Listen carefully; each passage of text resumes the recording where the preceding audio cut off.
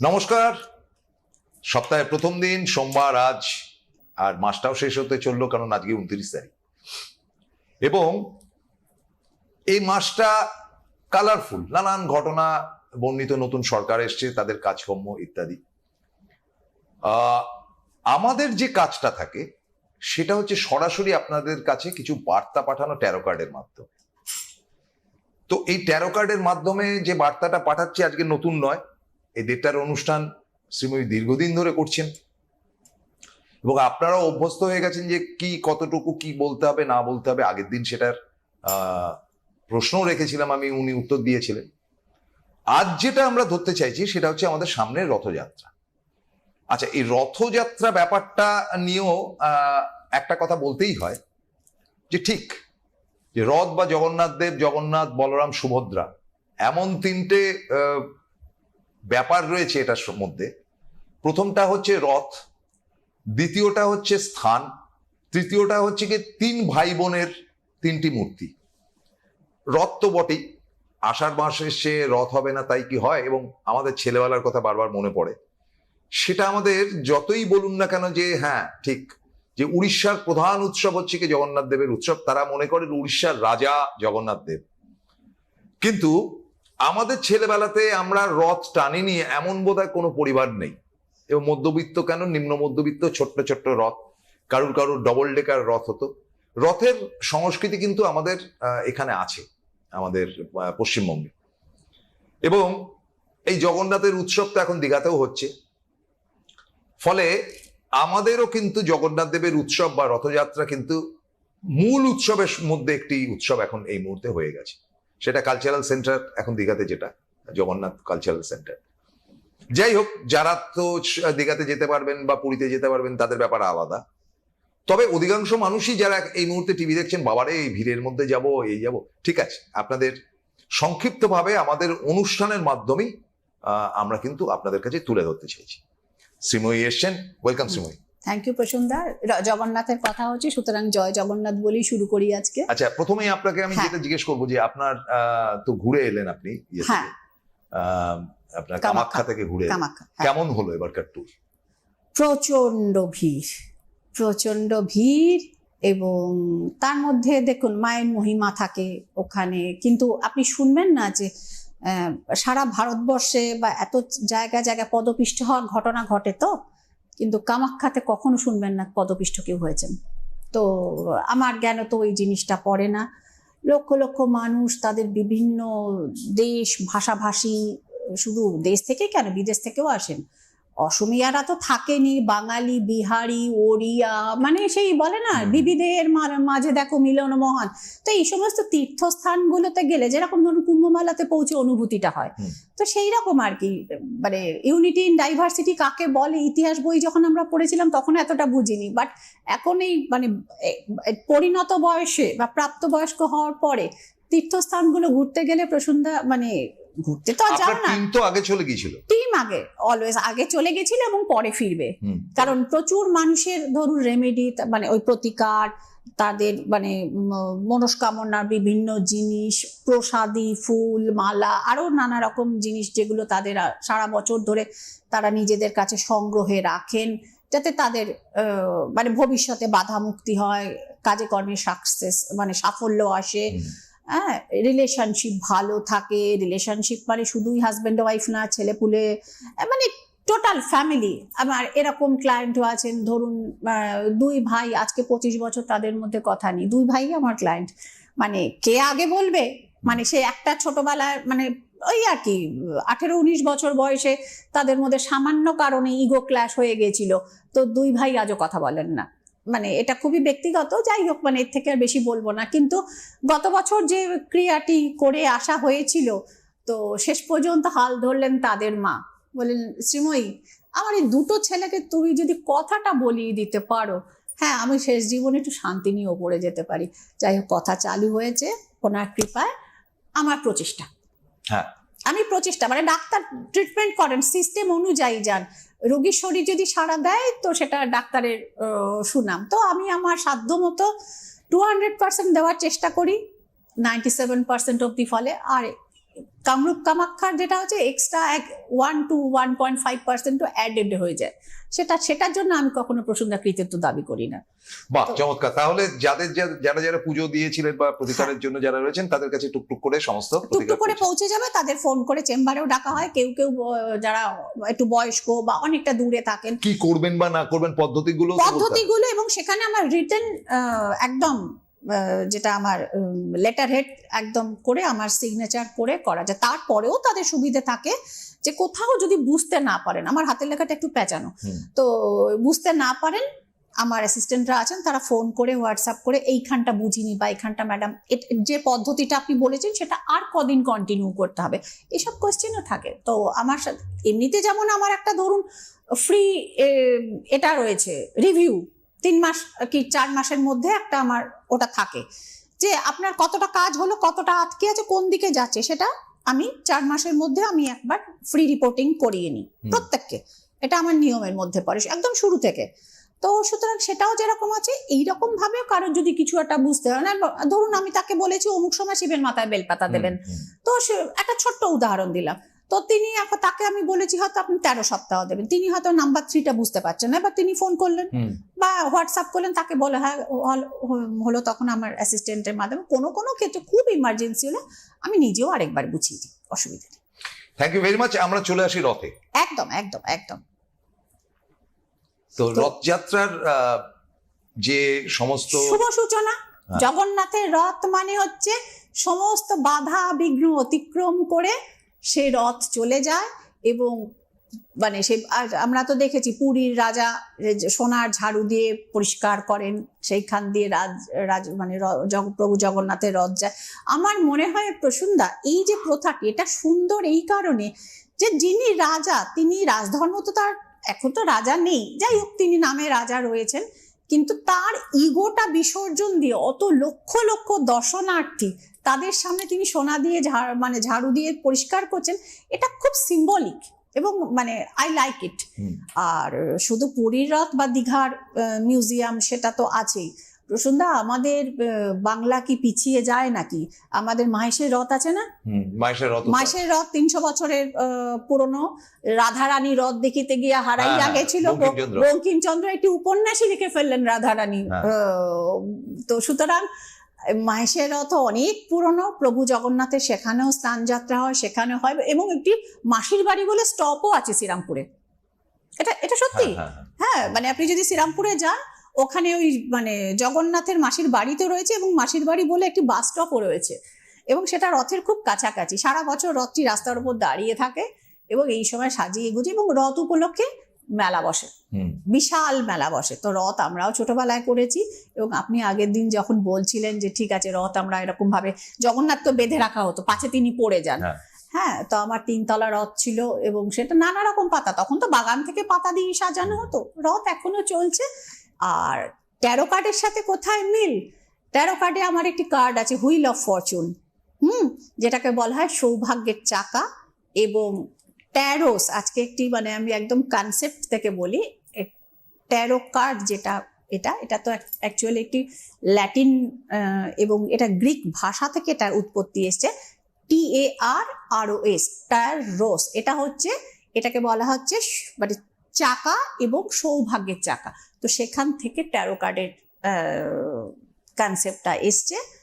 তারপর তো বিভিন্ন দেশে এটা গেছে, ইটালিতে গেছে, মেসোপটেমিয়াতে গেছে, মিশর, এটা ইজিপ্টের অরিজিনাল।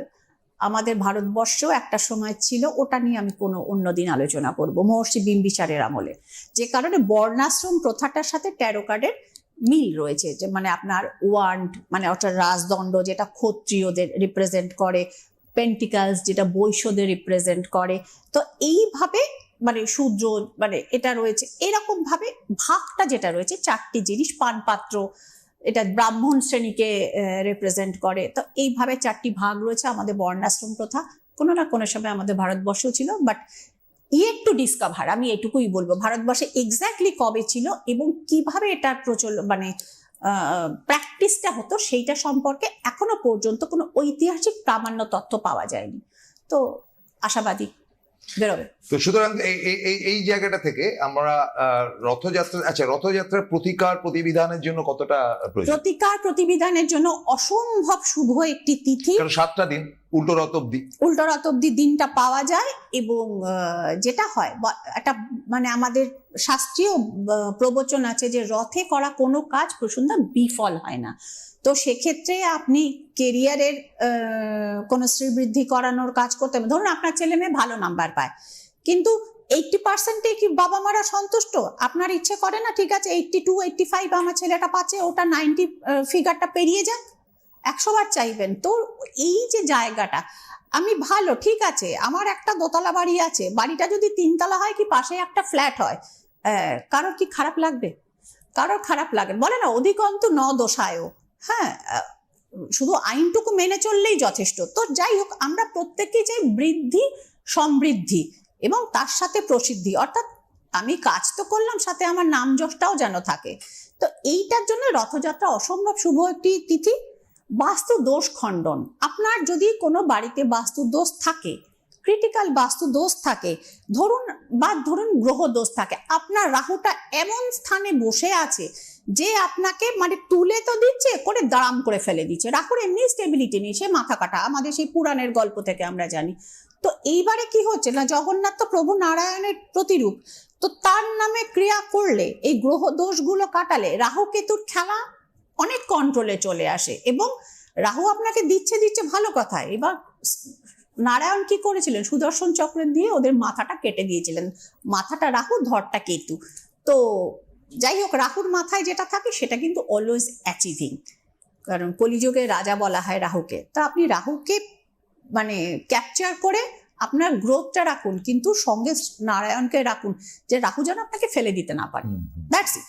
তো সেই জিনিসটা অবশ্যই হয়।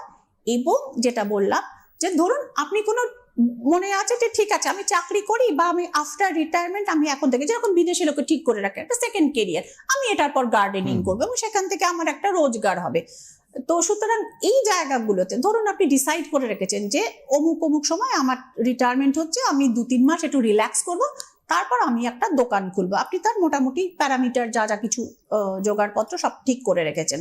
রথযাত্রা হচ্ছে শ্রেষ্ঠ তিথি, যাতে আপনার বিপণীর উদ্বোধন করলে আপনার কেরিয়ারের রথটা তত্তর করে যায়। হ্যাঁ, বিফোর দ্যাট আপনি কোনো মানে অভিজ্ঞ অ্যাস্ট্রোলজারের পরামর্শটা নিয়ে নেওয়া উচিত, যে আপনি কি জিনিসের ব্যবসা করবেন।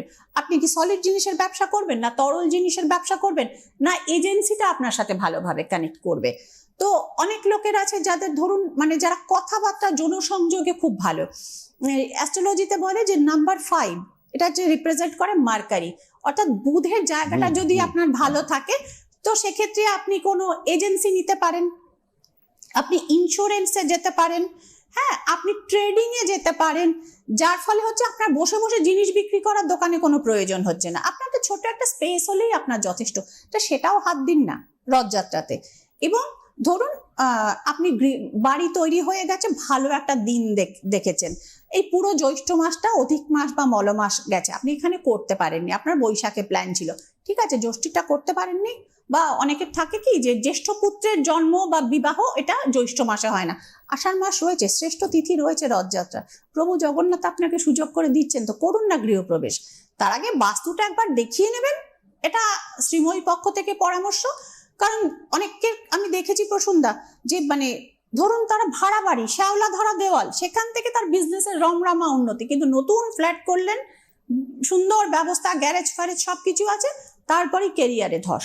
কাজে সেটা যাতে না হয়, প্রয়োজন বোধ করলে যোগাযোগ করবেন, কিন্তু গৃহপ্রবেশ, বিপণী আরম্ভ বা ব্যবসার সম্প্রসারণ, আপনার 4টে দোকান আছে, ব্যবসা খুব রমরম করে চলছে, 5 নম্বরটা করতে ইচ্ছে হয় না, যদি ইচ্ছে হয় বা যদি সেই মাইন্ডসেট থাকে এবং তিথির কারণে যদি আটকে থাকেন, তাহলে রথযাত্রাতে করুন। মানে বলে না কিছু কিছু তিথি আছে প্রসুন্দা যেটা সর্বশুদ্ধ, যেমন ধরুন রথযাত্রা, শ্রীপঞ্চমী মানে মা সরস্বতী যেদিন পুজো করা হয়, এবং রথযাত্রাতে আমাদের বাঙালির সব থেকে বড় উৎসব দুর্গাপুজো, তার খুঁটিটাও অনেক জায়গায় খুঁটি পুজো করা হয়। তো এটা আমি তো মনে করি যে এটা ইউনিভার্সাল, শুধু বাঙালি বা পশ্চিমবঙ্গ উড়িষ্যা থেমে নেই। আর এই যে ইসকন, এটা সারা পৃথিবীতে, রাশিয়াতে রথ টানছে, কৃষ্ণার নামে তারা মাথা ন্যাড়া করে বেরিয়ে পড়ছে। তো তো রথযাত্রা আর মানে গণ্ডিতে আটকে নেই, সার্বজনীন হয়ে গেছে, ইউনিভার্সাল। তো এবার চলে আসি যে দ্বিতীয় ব্যাপারটা, যে সেটা হচ্ছে কি শনির নেগেটিভিটি নিয়ে আপনি একটা বলছেন। শনির নেগেটিভিটি, ট্রানজিট নিয়ে অনেকে জানতে চেয়েছেন। মঙ্গল বৃষ রাশিতে ঢুকেছে, এটা নিয়ে আমি প্রোগ্রাম করে গেছিলাম। কিন্তু এই মুহূর্তে মঙ্গলের ওপর আবার শনি তৃতীয় দৃষ্টি পড়ছে। শনি এই মুহূর্তে রয়েছে মীন রাশিতে, মীন রাশি বা মীন লগ্নের ঘরে, অর্থাৎ মীনের ঘরে 12 নম্বর ঘরটা, সেখান থেকে সে বৃষ রাশিকে তৃতীয় দৃষ্টি দিচ্ছে।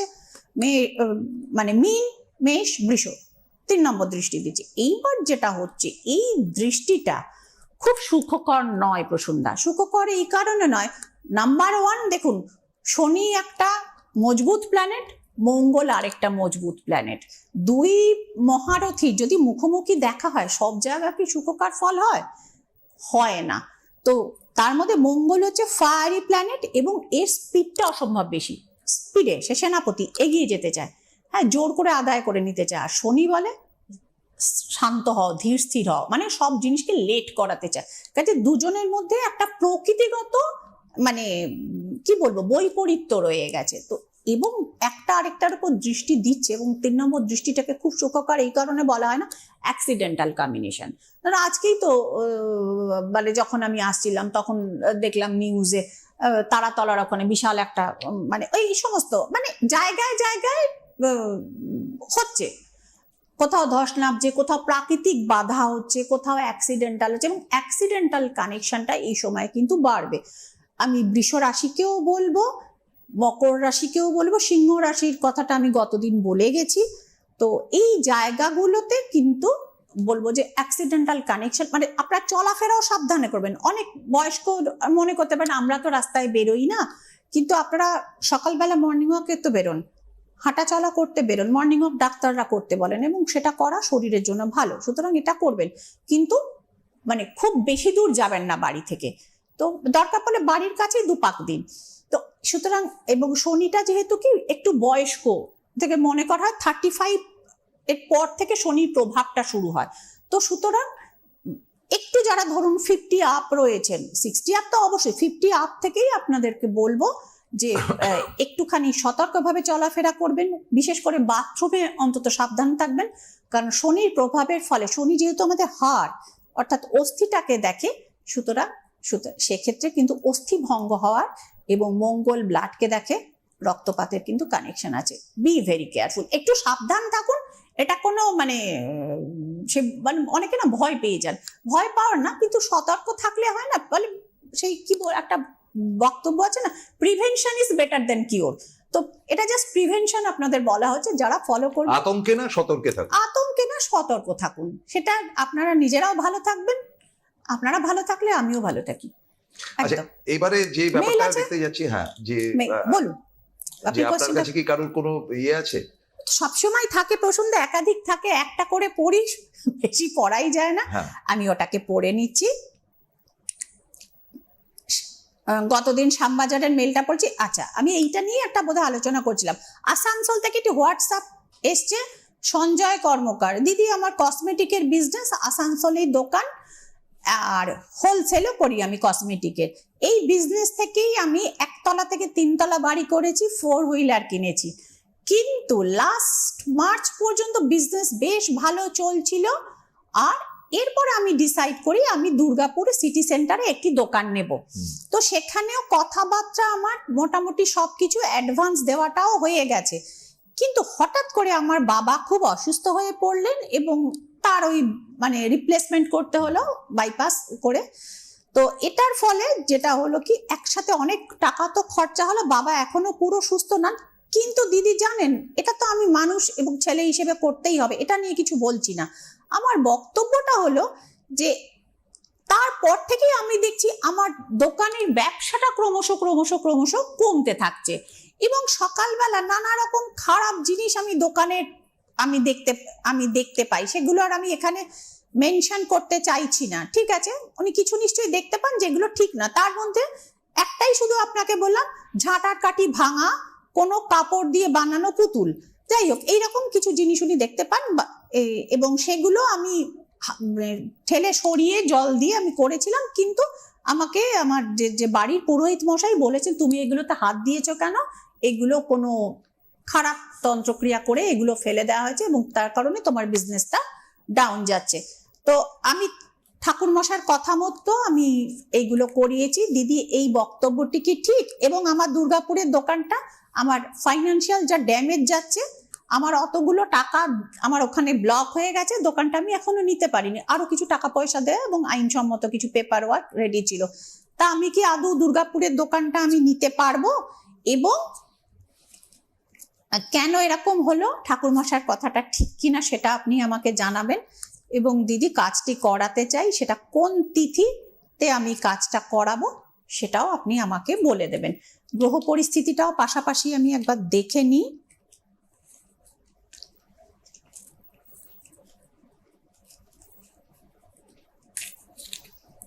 ফার্স্টে গ্রহটাই বরং বলি। প্রচুর মানুষ জানতে চান কোন গ্রহটা আমাকে ভোগাচ্ছে। আপনাকে ভাই আপনার মঙ্গলটা ভোগাচ্ছে। আপনার মঙ্গলটাকে ভোগাচ্ছে। আপনার বৃষ রাশি আপনি জানিয়েছেন, ওখানে এই মুহূর্তে মঙ্গল রয়েছে, কিন্তু এই এক্ষুনি আমি যেটা বলছিলাম, শনির দৃষ্টির দ্বারা মঙ্গলটা দৃষ্ট, এইখানে একটা গন্ডগোল তৈরি হয়েছে এবং আপনার কোনো কর্মচারীর দ্বারা কিন্তু আপনার ক্ষতি হচ্ছে।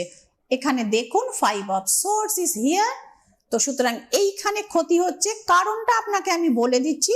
সে কিছু বেশি টাকার অফার পেয়েছে অন্য জায়গা থেকে, সে আপনার দোকানটা ছেড়ে দিতে চায়, কিন্তু রাইভেল কারোর থেকে সে অতিরিক্ত কিছু টাকা পাচ্ছে এবং সেখান থেকে আপনার ক্ষতি করছে। কারণ আমি দেখিয়ে দিচ্ছি, বিশ্বাসভঙ্গের কার্ড পড়েছে, 7 of Swords is here। ব্যাস এই পর্যন্তই আমার এখানে বলা চলে। তো আমি এই পর্যন্তই বললাম। আপনি নিজে ফাইন্ড আউট করতে পারলে করে নিন কোন কর্মচারী আপনার বিশ্বাসঘাতকতা করছে এবং আপনার ক্ষতি করে সে অন্যকে ভালো করবার চেষ্টা করছে। আশা করি আপনি পারবেন। যদি সেটা না পারেন সেক্ষেত্রে অনলাইনে বা দুর্গাপুর চেম্বারে আমার সঙ্গে, আসানসোল তো দুর্গাপুরে আসাটাই ওনার জন্য সুবিধা, ওনার পক্ষে সুবিধে। 8 ঘন্টা রাস্তা উনি চলে আসবেন। তো সেক্ষেত্রে যোগাযোগ করে নেবেন, কিন্তু আর দেরি করবেন না।